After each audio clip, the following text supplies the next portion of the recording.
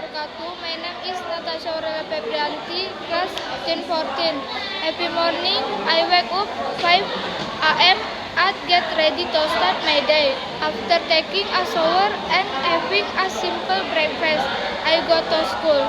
At school, I study, discuss lessons with my friend, and complete the text given by the teacher.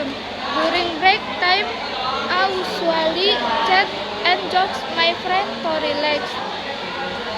After school, I rest for a while and then do my homework.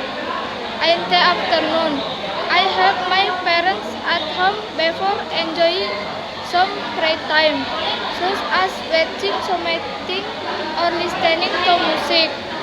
At night, I have dinner with my family. They go to bed early so I can wake up feeling fresh the next day. Itu saja.